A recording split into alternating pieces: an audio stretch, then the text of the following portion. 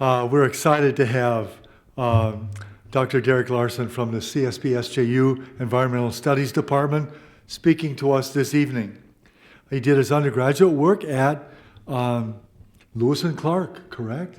Lewis and Clark, followed by a master's degree in religion at Yale Divinity, and then completed a doctorate in environmental history at Indiana University in 2001. He started teaching here at CSB-SJU in 1998 and has served as chair, blessings on you, of the Environmental Studies Department since 2001. He holds a joint appointment with the History Department and Environmental Studies. He's particularly focused on the interdisciplinary environmental pedagogy and program development, on U.S. environmental history, especially 20th century political and social development, and of course, the U.S. Pacific Northwest. He enjoys fishing, playing guitar, camping, woodworking. He's a passionate environmentalist on this campus. The title of Derek's presentation this evening is Our Understanding of Creation and Our Care for Our Common Home. Please, all of you, give a warm welcome to a Collegeville welcome to Derek Larson. Derek, welcome to you. God bless. Well, thank you, everyone. I'm going to share my screen here so we can look at some pictures together. I'm sorry I can't join you in person, but COVID being what it is, we had a unexpected sort of tertiary contact, and I'm isolating for a week at this point. All right. So that should work. Can someone confirm that you can see my slide? Yes. Excellent. Wonderful. Well, as Abbot John said, I'm an environmental historian, so I have a hard time talking about the environment without talking about history. So what I want to do tonight is a little bit of everything that's in my wheelhouse. I want to talk a little bit about history, a little bit about environment, a little bit about theology, and I want to do that in the context of sort of three nested levels, I guess, of scale. One would be really local, St. John's. One would be sort of the broader, 20th century North America, and then eventually I'll shift to the global questions of climate change. So we can really try to think about these questions about creation for our care for creation in multiple contexts, from the individual to the institutional to the global, and to do it all in the context of a faith discussion. I want to start though with something that we've been doing a lot more recently in the last few years in history classes, and I think more broadly in classes across the university, which is a native land acknowledgement. The land upon which we're meeting today, both you in Collegeville and me in St. Joe, is traditionally the home to the Anishinaabe and Dakota peoples. We honor and respect the indigenous peoples who were forcibly removed from and who are still connected to this land. I believe it's really vital for us to recognize the people that held and occupied this land before the Anglo-European settlers, and recognize that they never left. They're still here and they're still part of our community, and we're sharing this environment together. The Lakota people have this beautiful prayer that has a response, Metakue Owasin, which is we are all related. And in this prayer, they speak to not only the community of humans, but the community of life, the community of animals, the community of plants and trees, the community of waters. And I think that's a really interesting way to kind of think about creation and our relationship to creation, because ultimately the indigenous peoples who occupied these areas before Anglo-Europeans settled had a broad sort of encompassing view of the world and of creation. And ultimately what I want to argue over the course of 40 minutes or so is that we're coming back to that today. Right? So the wisdom of the people that were here really prior to the ancestors of most of us is something that we're starting to recognize as actually, in fact, being wisdom and rooted in even science. But I want to start talking a little bit about Benedictines and a couple of S words. So I want to talk about stability and self-sufficiency, which are two key elements of the Benedictine values of the early settlers here.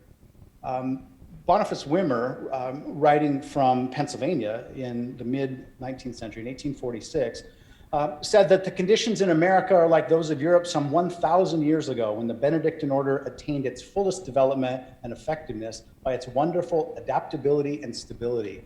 And I think that that idea of stability is a really interesting thread that goes throughout the Benedictine history, particularly here at St. John's and in Minnesota. The idea that Benedictine communities want to be rooted in a place and to be of a place and to be there for the long term, right? And that long-term thinking creates some really interesting opportunities that develop into ultimately sustainability or stewardship in the later 20th century.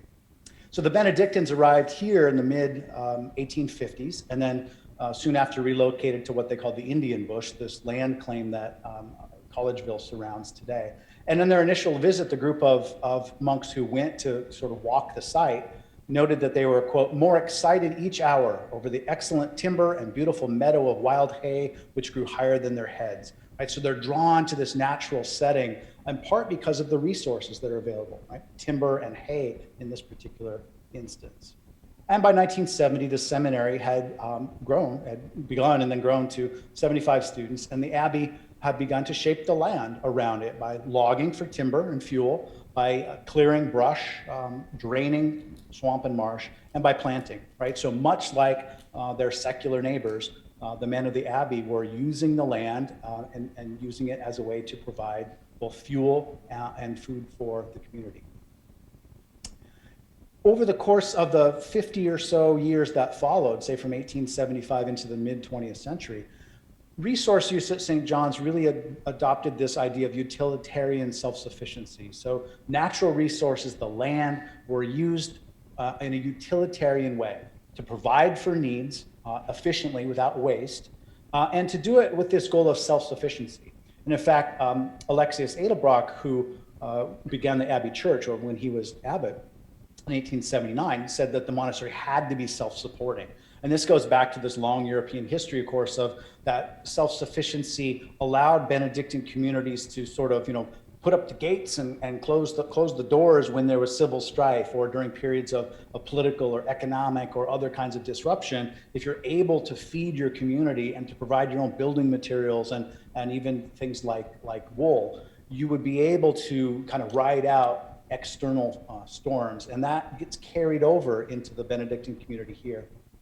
So in this area, about 300 acres on what we think of as the main St. John's campus, or the main area of St. John's, are dedicated to agriculture, mostly grain crops used for animal feed.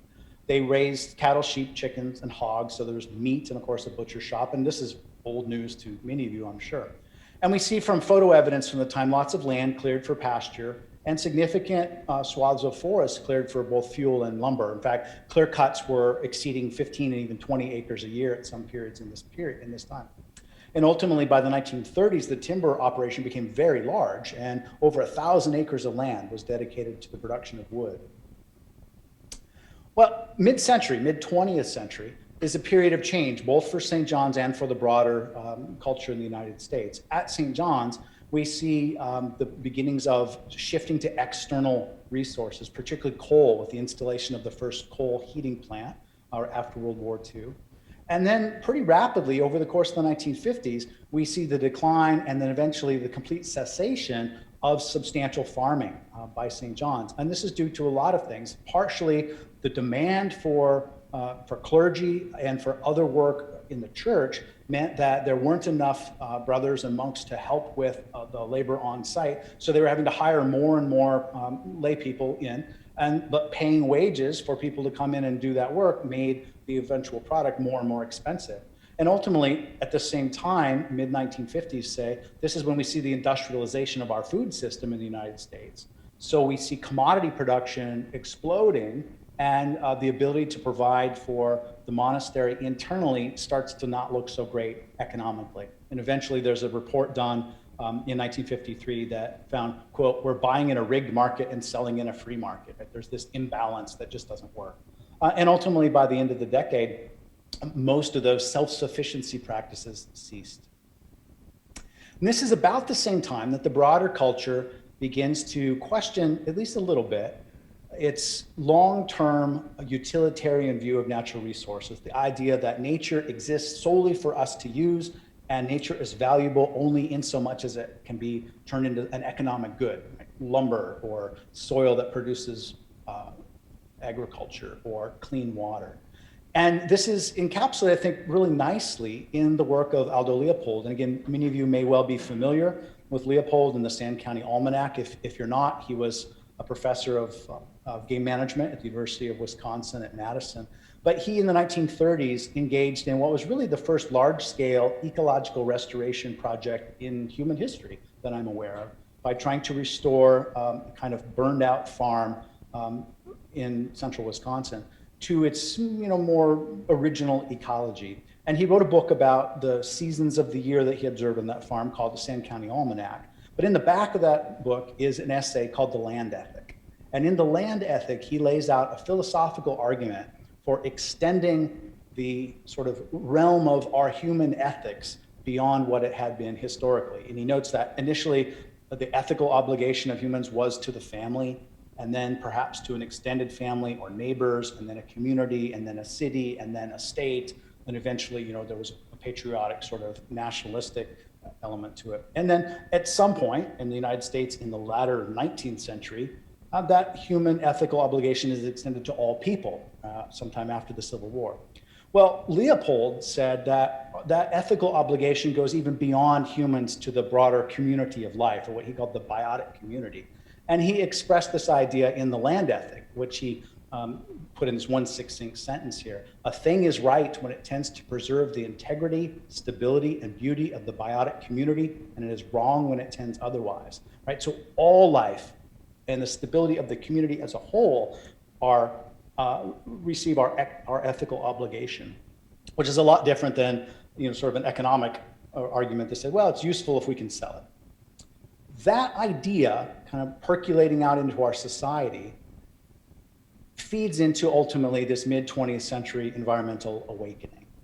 There are a lot of things that are kind of coming in confluence at once here. Post-war affluence, for example, the economic expansion of the 1950s is the longest sustained period of growth in our history. We had generations of people moving into the middle class via the GI Bill, and because of the radical expansion of manufacturing that occurred during the war and then shifted toward consumer goods after the war, the rise of unions, other factors. But this affluence meant that people had more time and energy and resources to think about things other than subsistence, right? If you go back and look in the 1930s, according to the Rand Corporation, at least in 1935, about 65% of Americans lived in poverty. And by the 1950s, that's been changed rather dramatically. We also see the rise of the suburbs, right, which is bringing people from the countryside into the towns and from the cores of cities to the outskirts. So there's a different sort of experience with ecology in the suburbs than there would have been either in rural areas or in cities. And as a result, we start to see people concerned about quality of life. They're worried about air quality, about water quality, about access to parks or green space. And then this culminates initially with the publication of Rachel Carson's book, Silent Spring, which again, people were probably familiar with, but which when published in 1962 in book form, it was initially serialized in magazine form. But when it was published, it became a runaway bestseller. And importantly, people talked about it with one another. So Silent Spring helped awaken a generation of Americans to this idea that, as she put it, our sort of profligate use of nature, in particular our embrace of synthetic chemicals, pesticides and herbicides specifically, were threatening our future ecologically, right? So the title refers to this fable that appears at the end of the book, where she says that if we don't constrain our use of these chemicals and sort of question our lifestyles a bit, we'll end up in a silent spring, a spring where there's no bird song, all right? As the collapse of ecosystems around us we'll no longer have any birds. And many historians will credit the rise of the environmental movement to Rachel Carson, or at least being triggered by this, because it not only awakened people to this threat of chemicals in particular, but it brought new people into the conversation, and particularly it brought suburbanites into a conversation that they hadn't had before. And in many cases, women, right, where the conservation movement as such had been dominated by white elite men who talked about forestry and things like that and efficiency. Silent Spring opened conversations about what's in my backyard, what are my children breathing, what's going on in the river in my town, right? And for people at St. John's in the 1960s, things probably looked pretty good locally. but certainly the footprint of this kind of post-war industrialization was evident in the news, if not locally. And then this peaks, of course, in 1970 with the first Earth Day. So on April 22nd, 1970, over 20 million Americans participated in what was then and still is the largest single mass movement in our history, far larger than any single anti-war protest or civil rights protest or anything else. And Earth Day was built around the idea of education. So it wasn't a political protest so much as it was an opportunity for people to learn about the environment in their backyards, so to speak, right? What's going on locally.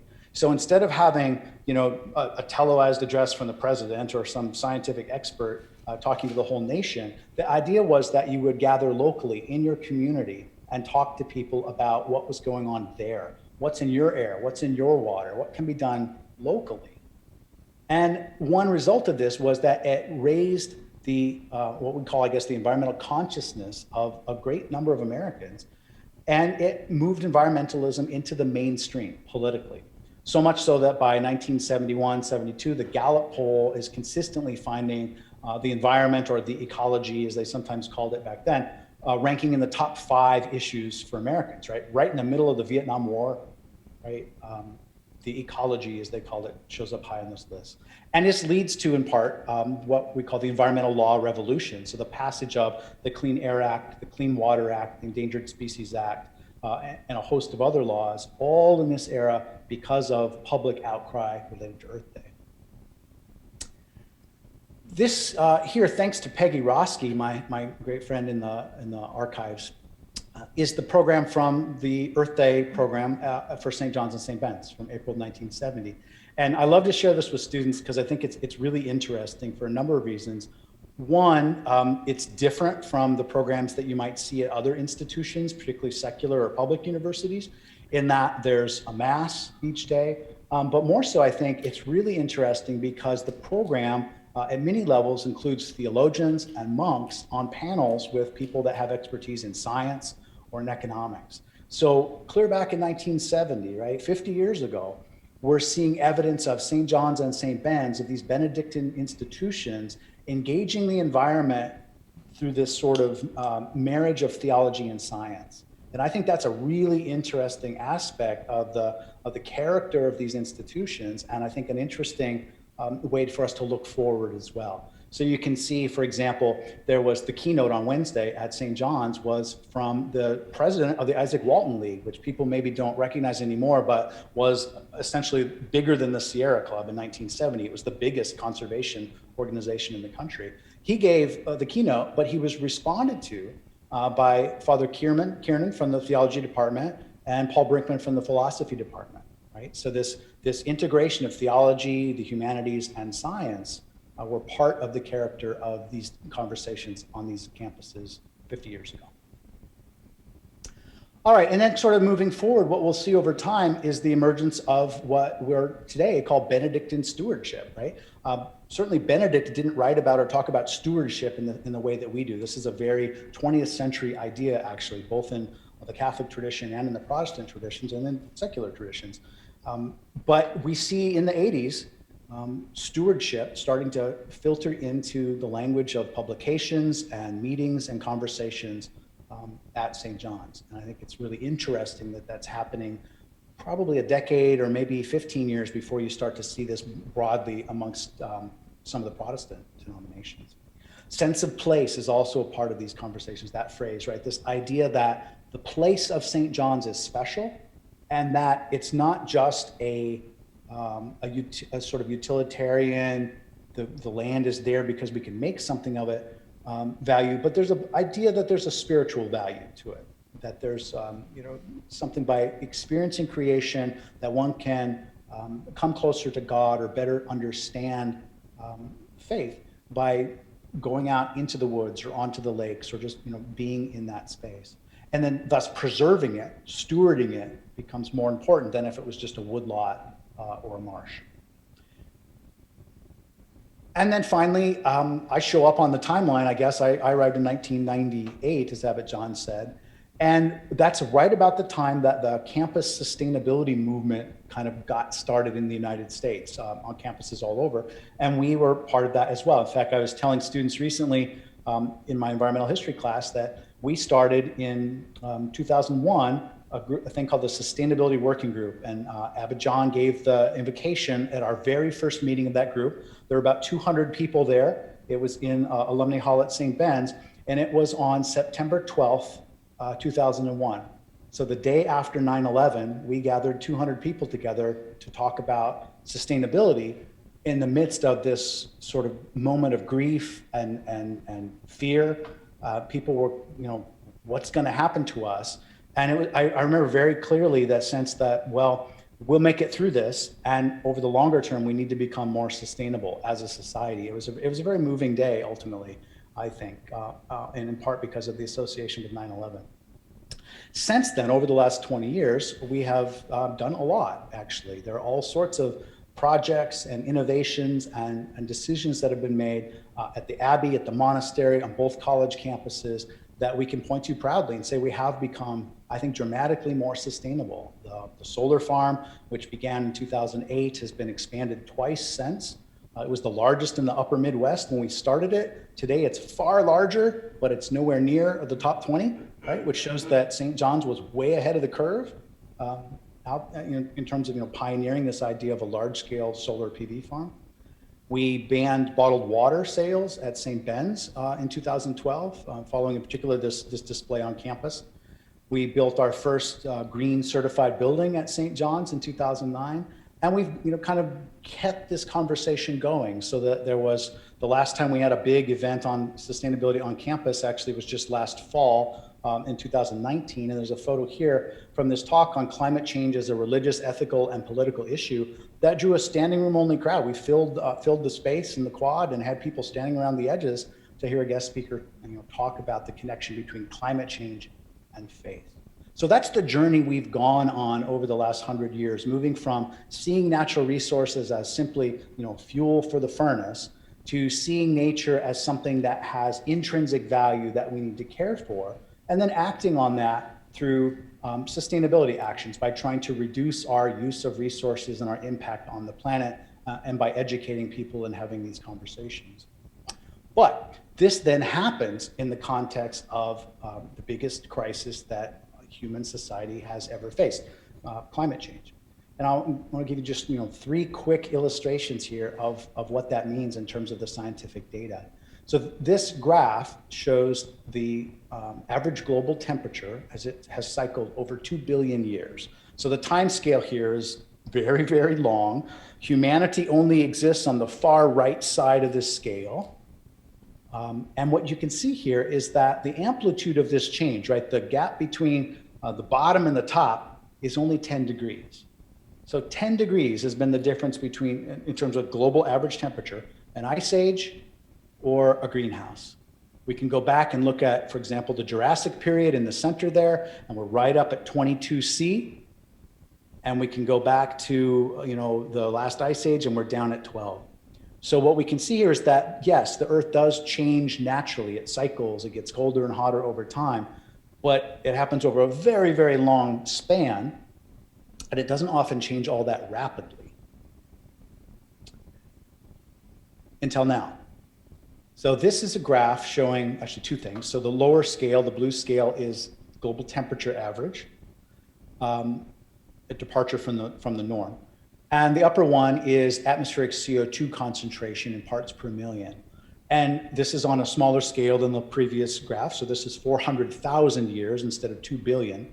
But what we can see here are really 2 things. One, there's a fluctuation.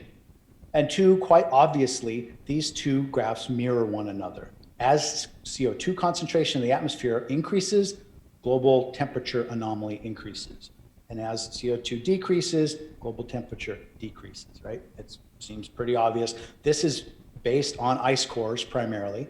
And then at the far right side of the scale, where we get to the present, we've got data from the atmospheric testing done in Hawaii at Mauna Loa, where they send up balloons and sample the atmosphere. This chart comes from a Nature article from 1999, so this is now 20 years old. So I added that little box in the upper right. So when this chart was published, The CO2 concentration in our atmosphere 20 years ago was at 360 parts per million. In September on Mauna Loa, the average for the month was 411.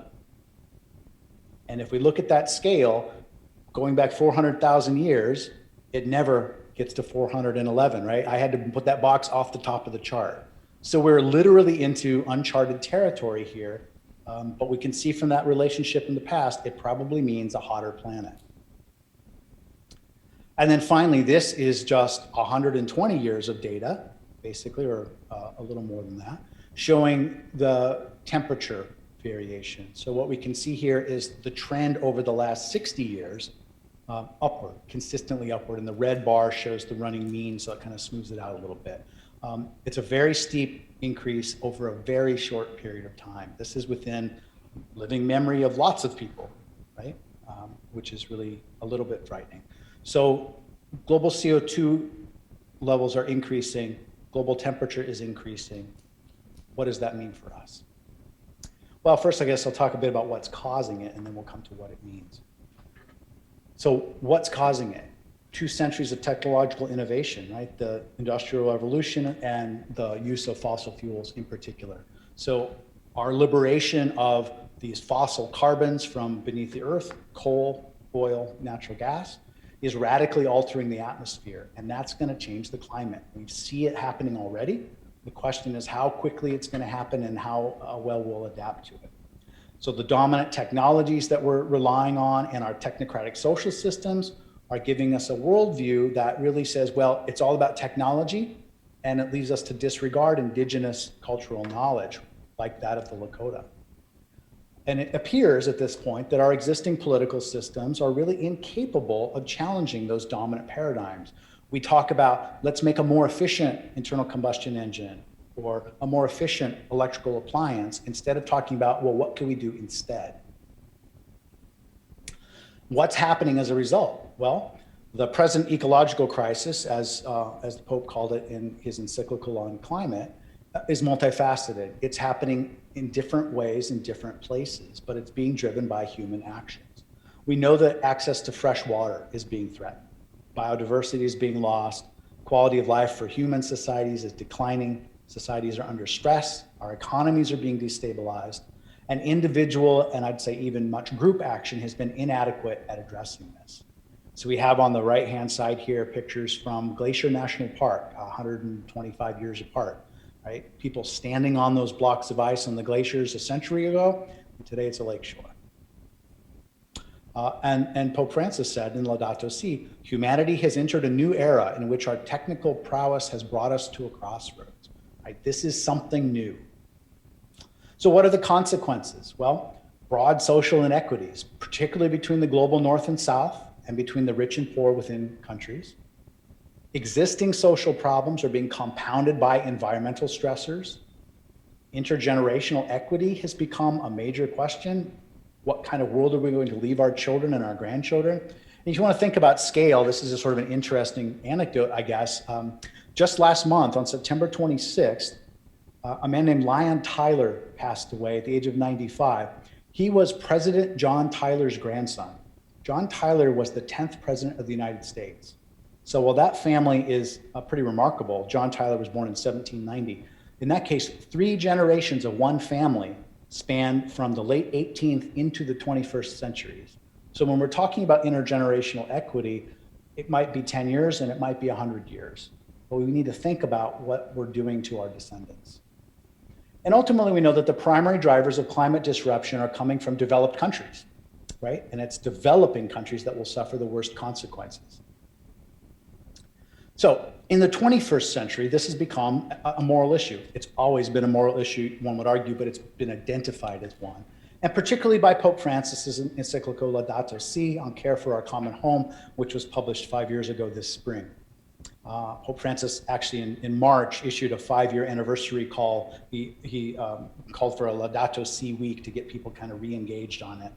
And I pulled this graphic from a Catholic high school that was working on it this spring. We weren't because of COVID, unfortunately, but climate change is a moral issue, I think brings new ideas to the table and gives us some guidance from a community basis. So what obligations do we have for others in this world in which The environment is changing, the climate is changing. We want to think about creation and our common home, not just for humans, but for all forms of life, as something to which we have ethical obligations. And in Laudato Si, the Pope argues that we should commit to care for the poor, that we should ensure everyone's basic needs, food, shelter, and clothing are met, that we pursue policies that reduce the differential extremes in qualities of life. If you look at this picture on the right, which is from Brazil, you can see on the right side, of course, tennis courts and a swimming pool and a very nice living situation right next to people living in what we would identify as poverty. We need to recognize that wealthy nations will be called upon to do more, carry a greater share of the burden of change, and we should negotiate and collaborate openly, honestly, and transparently, right? So as we're making compacts and treaties and deals and decisions, these should be done in the light of day and not behind closed doors. So what can we do about it, right? What can be done on an individual basis or an institutional basis or a community basis? Well, one, we can, right off the bat, adopt what I'd like to call an integral ecology, right? Viewing creation as a whole that has intrinsic value, not just utilitarian value. It's not just a value rooted in, well, what can I make of this or how much can I sell it for? But an intrinsic value. It has a value because it exists. And that's very much compatible, of course, with Benedictine theology, right? When Benedict writes in the rule that we should, treat all tools of the Abbey as we do sacred vessels of the altar, the idea that all elements of creation are sacred means they all have intrinsic value, and that our scientific worldview, this ecological understanding of the sort of integrity of the whole, the biotic community, as Aldo Leopold called it, means that everything has this intrinsic value and that the whole is as important as the parts. We should also, though, respect the diversity of cultures and particularly avoid imposing a single consumer culture globally. Not everyone everywhere needs to be a market for refrigerators and automobiles and internet appliances. They may have other needs or other wants, right? So imposing a single, particularly Western consumer culture on the globe is not a particularly ethical approach. We can think about ways to improve the ecology of daily life for people that lack access to basic needs so that they can realize their full potential as human beings. We can adopt the principle of common good over self-interest. That seems pretty Catholic to me, small c Catholic, actually. Intergenerational equity, which I mentioned already. And then finally, I think mobilizing communities of faith in the work of stewardship, action, and justice related to the environment and creation. So what can we do as members of faith communities to move an agenda forward that's more just and that recognizes the sacred nature of creation? Well, some ideas. We can challenge the assumptions of the dominant paradigms, right? We can talk to one another about why we do things and how we do things.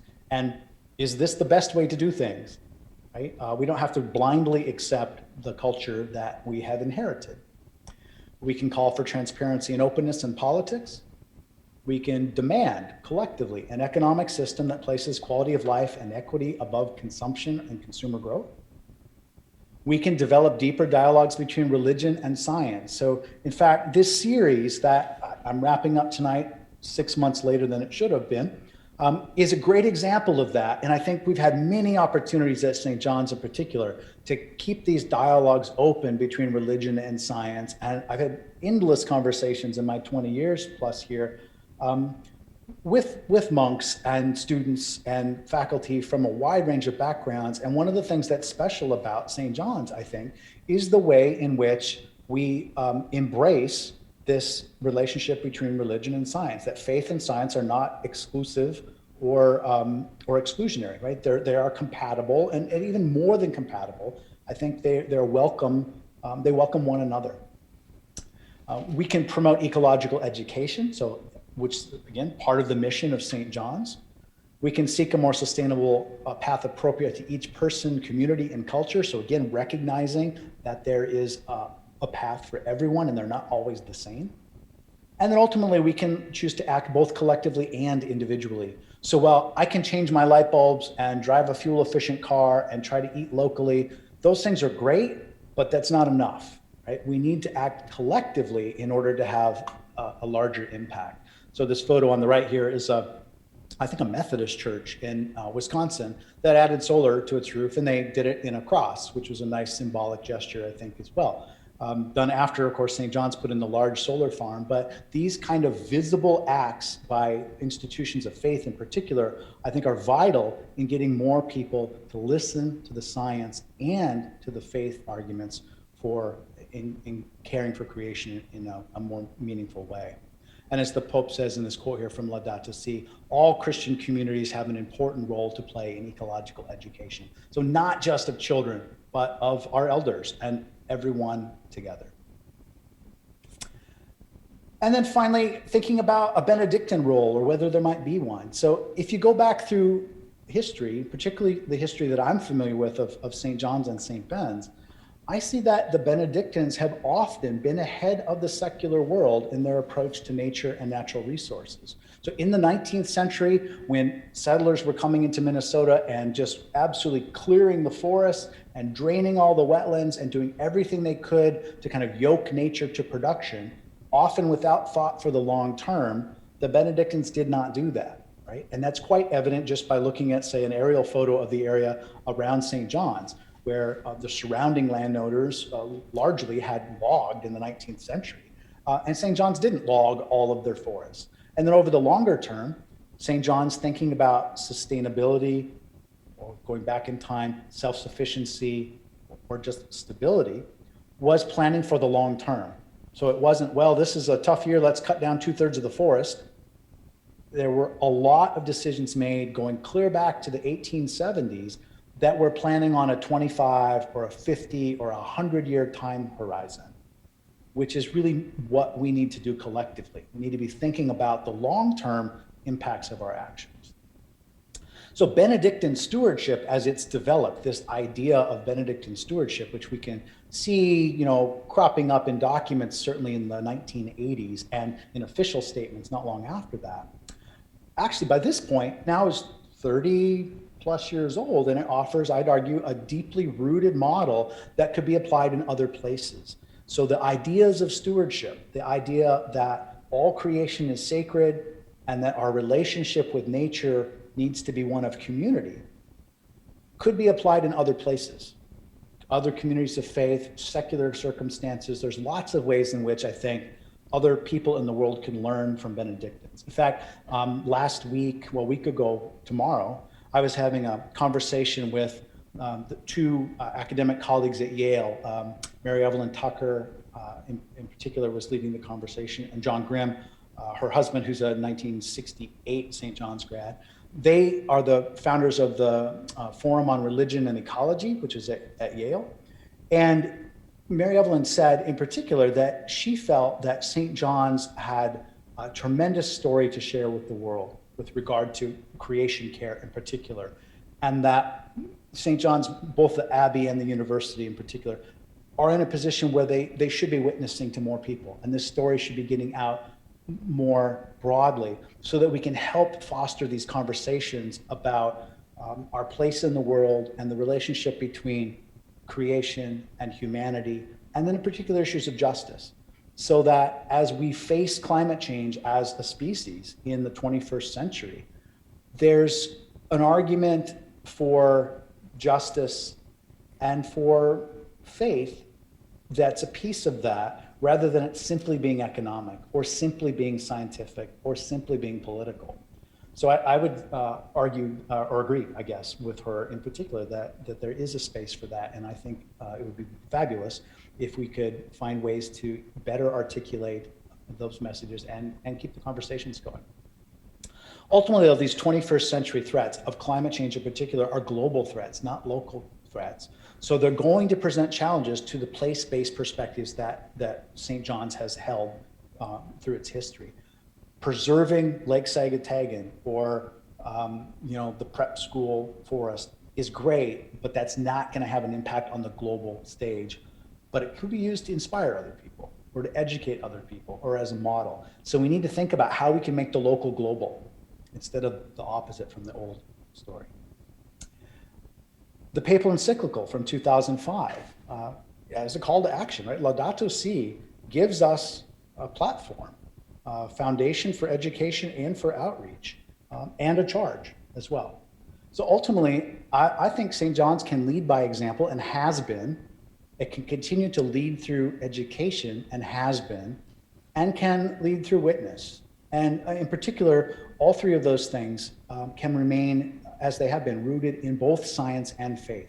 I think that's a particularly strong aspect of the Benedictine charism, and something that we can collectively both be proud of, but then use as part of our way of breaching these gaps between a technocratic scientific world and communities of faith that maybe for too long have been focused inwardly and not thought enough about how their decisions and their actions can affect the world, and how the world is so deeply intertwined, right? So ultimately, if we were to go back to this Lakota idea, right, that all are related, all things in the world are related, it's the same as the sacred view of creation, right? So I'm going to wrap up there. I'd love to have a conversation with folks and take questions if you have some. Otherwise, I can continue to talk, as I always tell my students. But I think this would be a good time for me to step back and take some questions. So thank you.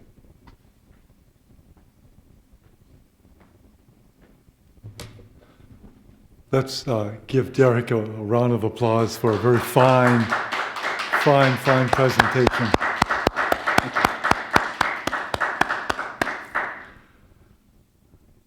A lot of ground covered there, Derek. Thank you. Thank you.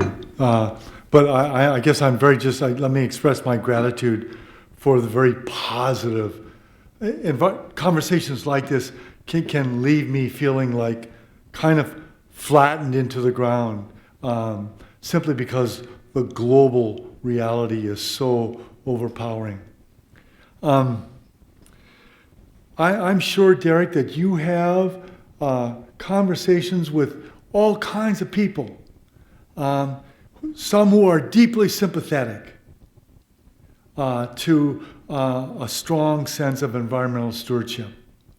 But you must also encounter individuals who are profoundly and deeply skeptical about global warming, climate change. I was sitting with a conversation with some of local farmers, and we were in Mesa, Arizona last February, and we're just sitting there playing cards and drinking a few brewskis. And all of a sudden I realized, Derek, that these folks think that the whole thing about climate change, global warming, is just a bunch of drivel. That it has there's just no science to it. It's just the natural ebb and flow of nature, and there's nothing we can do. Let's just keep farming. And what I did in that situation was I simply said, there really is some pretty hardcore science here. I've been aware of global carbon dioxide and methane and other greenhouse gases since I was an undergraduate at St. John's, okay? That's how long it's been going on. I'm wondering, how you've reflected long and deeply and from a different perspective than me, certainly, and more thoroughgoing by a long shot. How do you respond to those kinds of situations and those kinds of conversations in a way that is, shall we say, respectful and ultimately helps people to think a little bit, maybe just to even ask a question, Right.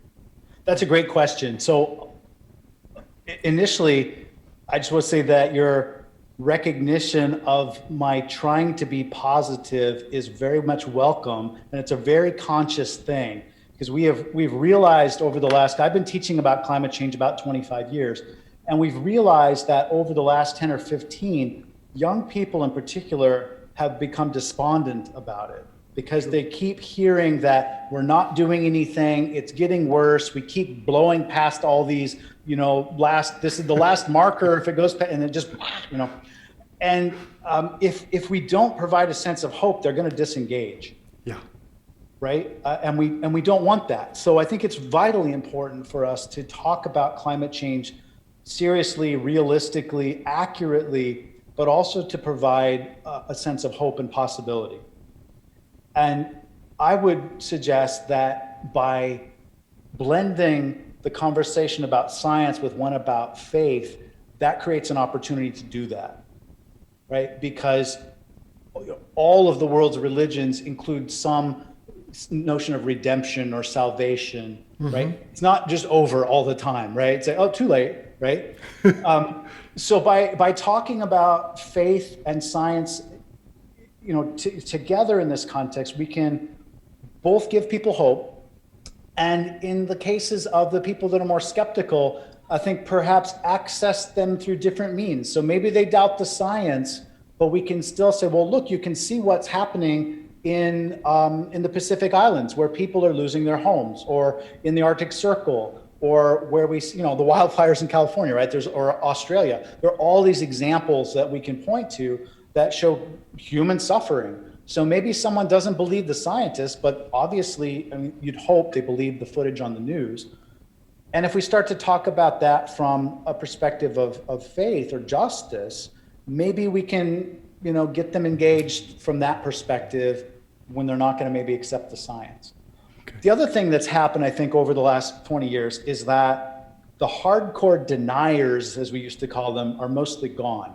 Just like there aren't any tobacco scientists anymore telling us it's safe to chain smoke, there aren't very many oil industry scientists out there today telling us it's all a myth. What we're getting now from the more skeptical side is it's natural, it happens all the time, and they'll pull up a graph like I showed. Oh, look, see, it used to be hot and cold. Well, yeah, over 2 billion years, not over 50 years, right? So you can just talk about scale. Or they'll say, well, there's nothing we can do about it, right? It's pointless. And the people that are overtly political about that, I just don't engage with them any longer. I decided it's not worth my time and energy to argue with a scientist who works for Exxon, when I could instead go talk to 14-year-old kids in a junior high. So I just say thank you, and I just check out and go somewhere else. But there aren't that many people like that anymore. I think what we have instead are a very large group of people, possibly a majority in the United States, who just don't know. They're not sure. They hear all this stuff, and they don't know if it's true or not, and if it is true, what are the consequences, and if it's true and it's going to be bad, what can we do about it? So we do things like this. We have these conversations. I go out into churches in the community and I talk with them. And sometimes when I'm lucky, I drag a scientist along. So, I'm fortunate at St. John's, the guy in the office next to me is a climate scientist. That's his PhD, is a climate scientist. So Troy Knight and I will go to a parish or a congregation, and we'll tag team. He'll show them the science. I'll talk about the social aspects of it, and then we'll say, what do we do? And we can have those conversations. And I think when you start to educate, as Pope Francis said in the encyclical, we have to educate people. And you can educate them in the pews, you can educate them in the farm field, you can educate them at the local bar in the Legion. It's just a matter of having those conversations, I think, and being open to meeting people where they are. So if they're skeptical, provide information. If they're despondent, provide hope. Okay, Derek, thanks so much. Other questions, please. Renee, and if you'd ask it from here, please.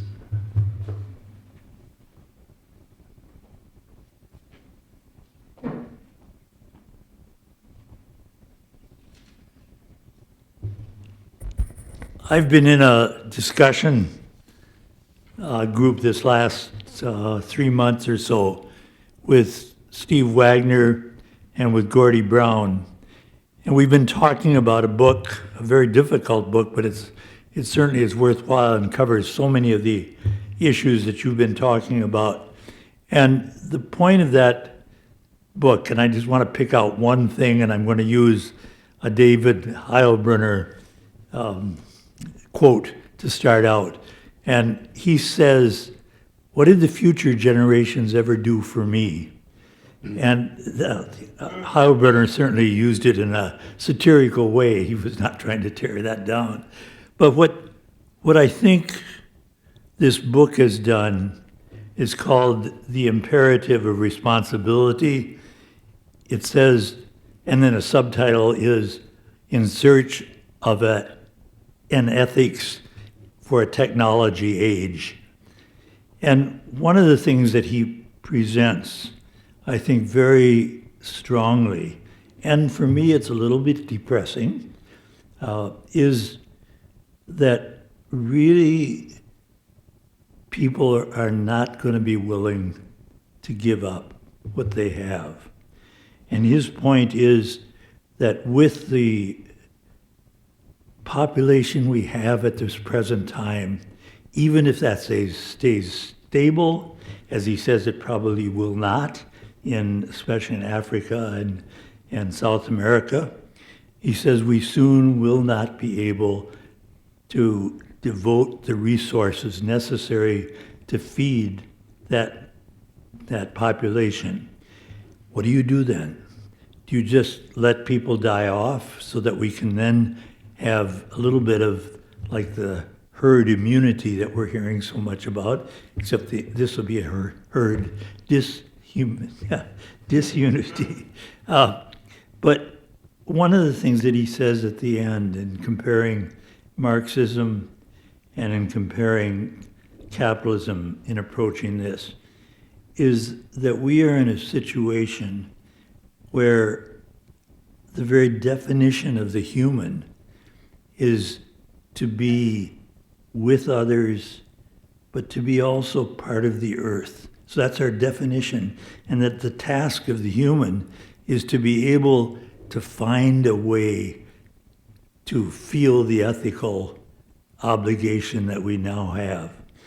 But at the end, Jonas is not very positive at the end in saying that I don't think without force from the outside that there's going to be a willingness to live a simpler lifestyle. And he says, not only in an individual country, but when we're talking about relationship between nation and nation, are the people in the rich countries going to be willing to live a much simpler life than they've been used to?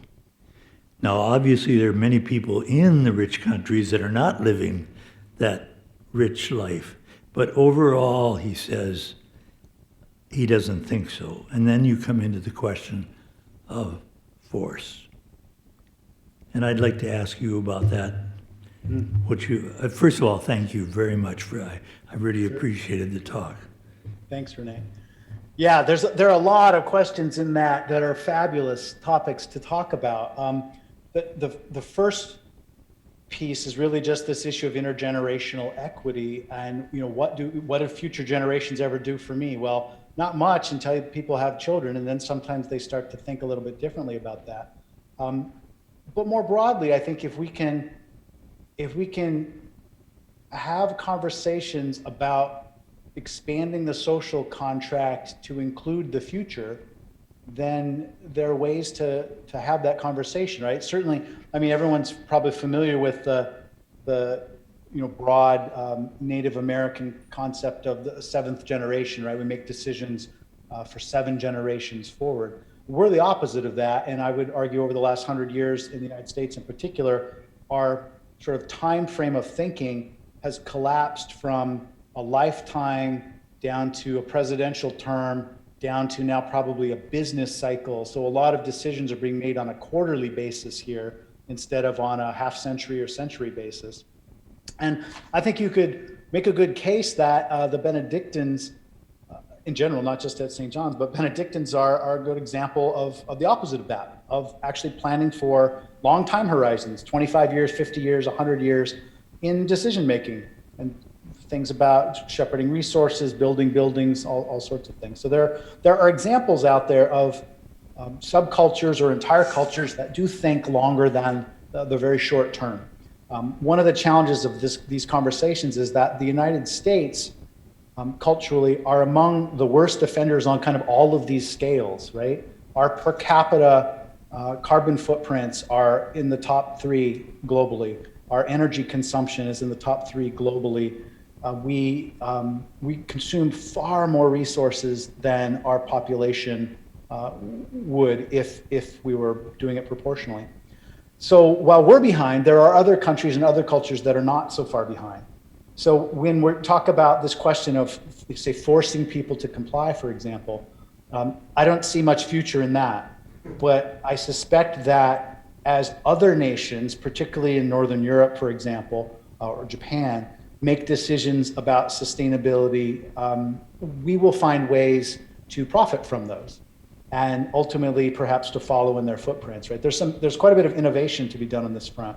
And the opposite, the idea of force or conflict coming out of this is just very grim, ultimately. There's a really wonderful novel from 2016 or so by a journalist named Omar El-Akkad, and the novel is called American War. And it's an oral history of the Second US Civil War, which in his novel occurs in 2070. And it's a civil war that occurs over fossil fuels. And basically half of the country secedes, and there's a terrible conflict because half the country wanted to go electric and half wanted to keep fossil fuels. So how we resolve those kinds of conflicts that certainly could crop up if we're talking about people, changing their lifestyles, I don't know. That's part of the politics that have to occur here. And I think that faith can help with that we may be able to mobilize people or motivate people through their religious beliefs to act ultimately, I guess, more responsibly, right? Sacrifice isn't something people just willingly do, but if they have a reason, sometimes people are very willing to. It might be patriotism, it could be faith, it could be family. And if we start to have clear examples of suffering that are coming close to home, then maybe more people will become engaged. The other reality of this, I think, is that economically, our North American way of life as we see it simply isn't going to be sustainable. Right? We had examples of that this summer where my home state of Oregon experienced the largest wildfire in its history by a factor of about 2. California is on path for similar. We've had more named storms in the Gulf this season than ever in the past, and the damage from those storms is remarkable. The derecho in Iowa that occurred, what's been 6 weeks ago now, the price tag I saw on that today, I think was $7 billion.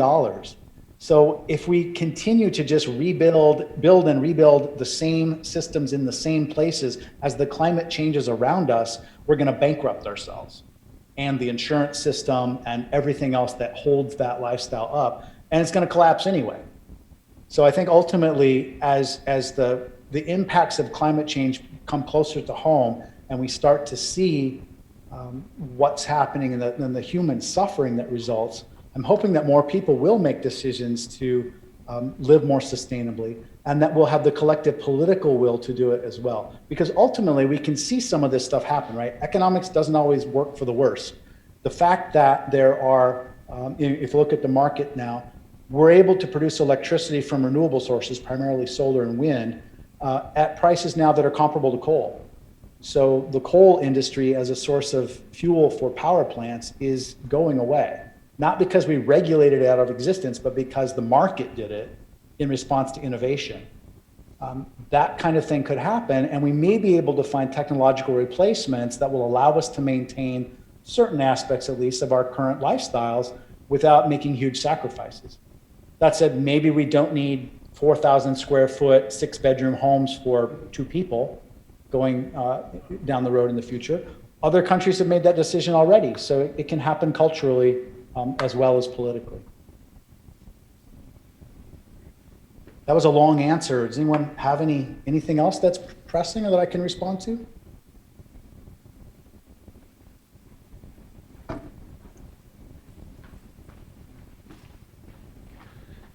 Hello, Derek. I just really want to thank you. As I was a senior in high school in 1970, so the first Earth Day and teaching at Prep for almost 25 years and going through it again and again. And it's like, my Lord, this is a broken record. Why? But you, as a layperson, have helped me as a Benedictine monk to integrate the spiritual part of this, which for me is very hopeful and gives me, as to me, it's really the only thing that is hopeful, the spiritual part of our existence, a way for me to talk to other people in a wonderful, new, and life-giving way. So I thank you so much. I appreciate it. Thank you for saying that. That's wonderful.